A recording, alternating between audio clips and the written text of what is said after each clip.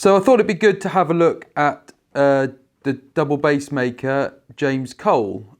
So he was part of the Northern English sort of group of makers, most of which kind of centred around and came from the Tar workshop, William Tar, a very prolific maker, certainly in the double bass world. So James Cole was born in Pontefract in the beautiful county of Yorkshire in 1824. So like many of the Northern English makers, actually, if you were to look at the sort of English violin making school, what you have is there's some very well-known makers in London, which are obviously very highly regarded, the Fents, the Lotts, the Forsters. So even in violin terms, these instruments are becoming increasingly popular. For violins, the double basses are obviously very much leading, and you've kind of got an area where a certain group of violin making in England, actually with double basses, is actually way more popular than it is with violins. But when you come to the Northern English makers, like Tar, Cole, Briggs, they're the three big bass makers that made in this viol pattern. They're violins, violas and cellos. Not only are they fairly scarce, Briggs probably is the exception. He was a very fine, highly regarded and well decorated maker, so a cello or other instruments by him would be very well sought after.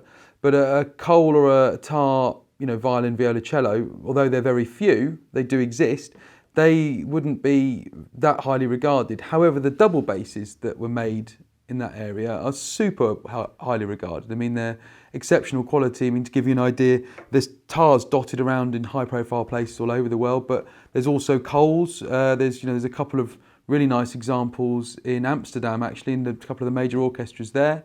So the double basses are very highly regarded. However, the other instruments are not so much.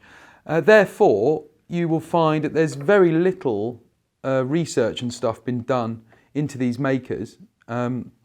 So actually, when we were doing our book, we actually went through the censuses and found, dates and addresses and stuff for Cole, whereas previously none of this stuff was actually really known.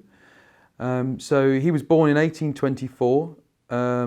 Interestingly, he died in 1891, the same year as William Tar died. I think when they both died, they were both very much still enemies, which we'll look into in a minute. But yeah, it's very interesting. So he moved, I'd say around 1850, he moved to Manchester, where he would have already been a joiner. So you've got various bass makers actually came to the sort of, making double basses from joinery. It's the same with Lott, and people like that. So he was a joiner and cabinet maker. Then he got together with William Tar, and around 1850. So William Tar would have already been extremely busy at this point. He would have been producing large numbers of instruments. He'd have had a very busy, big workshop. I mean, he as well as dealing, repairing. I've seen various repairs, William Tar heads on various other basses, where obviously he had a very busy thing. He was very well thought of, violin dealer, etc., etc. So Cole joined his workshop and was clearly a very, very skilled craftsman. It didn't take long really before he'd set up and left and set up on his own, and had started to produce instruments. So Tar also trained Briggs, and there's a number of other makers, Allwood and different people like that, sort of lesser makers that worked in his workshop. But I think there would have also been a huge number of other people, preparing wood, scraping, roughing stuff out, etc., etc. So Cole sort of moved on from his workshop, and he actually became an extremely successful guy. I think that he had something to do with building organs actually at the same time. But he produced a number of really nice double basses, absolutely top quality in my opinion. In my opinion, his making is actually superior to that of Tar's. They're both exceptional instruments, but I think he just really was amazing. So he left Tar's workshop, and Basically, I think Tar was a bit of a prickly character, and he was quite competitive. He didn't like, rather than embracing the competition and being friends with people, he, I think, was very much a sort of either you're with me or you're against me. You know, you can see that became very good friends with Briggs. I think actually he treated Briggs in some ways more like a son than his own sons. You know, he really, you know, respected him. And I think even in the end, when William Tar potentially had a stroke right towards the end of his life, I think actually he teamed up with Briggs, and you know, they kind of did stuff together. And I would see that as Briggs kind of carrying Tar along right at the end of his life. And Tar actually died very poor. On the opposite side of that, you've got James Cole, who became incredibly wealthy. He died a very rich man, producing instruments and various other things, and you know, as I said, I think potentially organs as well. And Tar did not like the fact that Cole did so well. And in fact, there's a book that mentions Cole but doesn't mention Tar, and I think it just infuriated him. And you know, this is seen between in letters between Briggs and Tar. Tar's going on about being not overly happy with Cole. So Cole's kind of gone off on his own, and he's, you know, produced these incredible instruments. The one thing I would say that's interesting, you can very much see the influence of his teacher, Cole. You know, Cole's teacher was Tar. You can see he's taken the model that Tar produced, and Tar did continue to develop. I'd say, you know, I'd say this is a little bit more of an elegant design. It's slightly smaller. It's still a good size bass, but it's a slightly smaller model.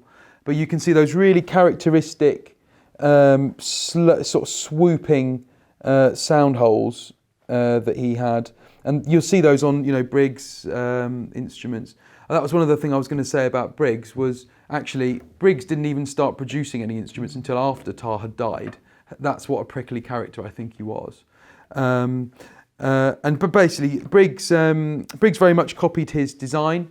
Some of the later Tar basses, you see he develops and ends up with a back break, but you'll see that Cole actually stuck with the tapered ribs, and actually you'll see that the taper on this particular instrument, the taper actually doesn't, you know, he leaves it pretty late, so it is almost like a break.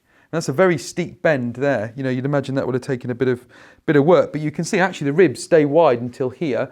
As I say, Tar later added a break, but Cole chose to bend the back on. So there's a few characteristics we'll look at that you'll see between all of the northern makers. So there's the northern viol makers. There was at the time, and we've seen, you know, you see quite a lot of violin cornered northern English basses that are very, very hard to identify, maybe, you know, because there's not that much research been done into the northern violin makers, and there was a lot of them because they're not that valuable. You do get a number of northern English basses made at the time that are violin cornered. They're often very hard to identify or put a name to, and they, I think, were being made at the same time as this viol school was being made. You've also got violin cornered instruments being made probably by smaller violin makers dotted around, but there's some very nice instruments that are also in the violin pattern. But for the Manchester school, and that's what I would say that this instrument is, the Manchester, sort of typical Manchester double basses, viol outline, swooping, big swooping sound holes. I think they're kind of a bit of a, you could see how with a bit of a twist around and a change, they're kind of a little bit Ebrechian-y inspired-ish a little, but they're very individual, the sort of big swooping sound hole. But you will see those across all of the Northern English viol-shaped instruments. So nice, very nice lean arch on this double bass, really beautifully done. So this instrument's double purfled. That's something that Tar definitely didn't do, nor did Briggs. You do see these with a single line of purfling. You also see them with a double line of purfling. And if you think at the time that was done, the time it would have taken to go round and do a single line of purfling would have been a big job. So you've got to, hand make the purfling. Then you've got to chop round it all by hand. I mean, it would have been a huge job to do a single line. So by the time you've added 2 lines in, I mean, he's really, really gone for it. And it is spectacularly done, in my opinion. It's beautifully done, beautifully carved.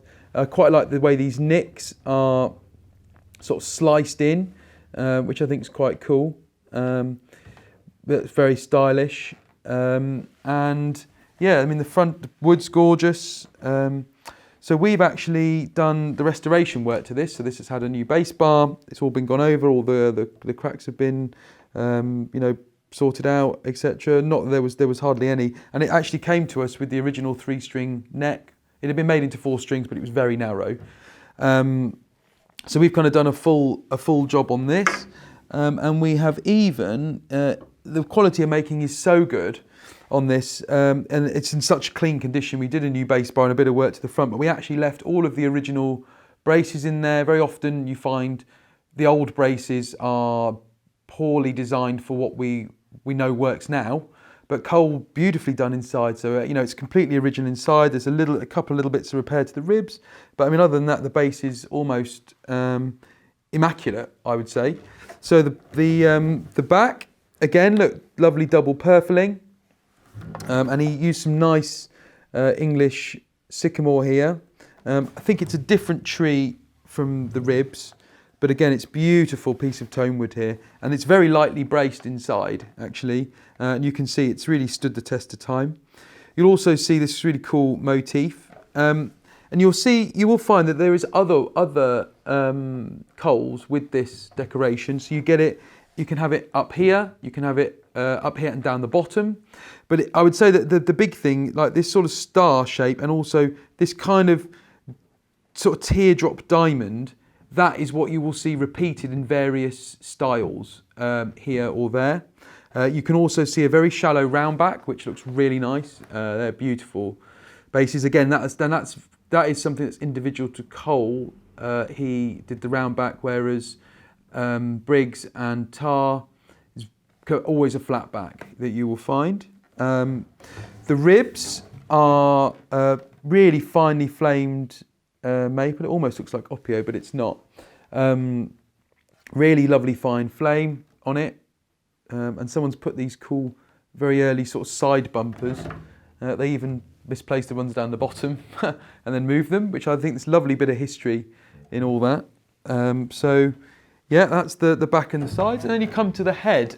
So really typical Northern English style is this rounded off bottom of the peg box. That's very old English. Old London instruments would have that rounded off part. So that kind of changed when the sort of big boom in English bass making was going on. But early English instruments, you see a rounded bottom of the peg box too here. So that is one area I would say that's probably the biggest difference between the three main makers, Cole, Briggs and Tar, is the scrolls. So a Briggs head would be will have a very long peg box and quite a small, delicate volute stuck on the top. Tar, the heads vary and they do change, and again they're a bit more delicate than this in some cases. Some of them can be very round, a similar sort of peg box idea to this. You also can see them longer, but again they're very sort of characterful of his work, and they do change and develop as time goes on. Cole, however, I would almost say in some ways I really like, they're almost a little bit clumsy, which I really like. I think it's quite cool. You've got, it's sort of interesting. He's made like an almost perfect body and base, etc. And he's made beautifully carved scroll, but they're kind of hunched forward. So you can see it's almost sits like it's rolled forward a bit like that and a bit squished. Looks kind of like, really, it kind of wanted to be there, but actually it's not, it's here.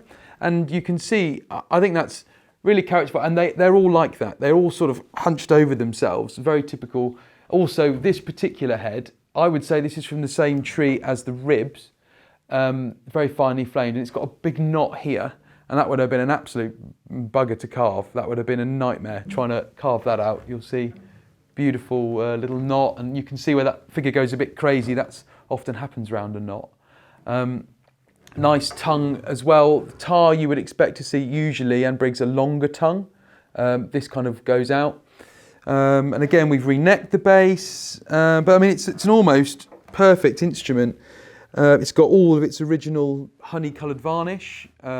Briggs tends to be a bit more orange, and because he's a bit more new, you know, they're into the 1900s. They tend to be a bit even, you know, they're a bit newer, so they almost look a bit more. They generally have less wear on them, etc. So they're quite orangey, I think. And tar can be a lot more red-brown, depending on, you know, what's happened, how much oxidization's gone on. And as I say, the instruments did evolve. He made a lot of them. The one thing that's very consistent though with coal is this sort of straw, kind of honey, kind of browny amber varnish over a really nice golden ground. That kind of finishes them off, and I think, yeah, this is one of my favourite basses we've had through here. Really nice, just fantastic instrument. So yeah, I hope you find that interesting.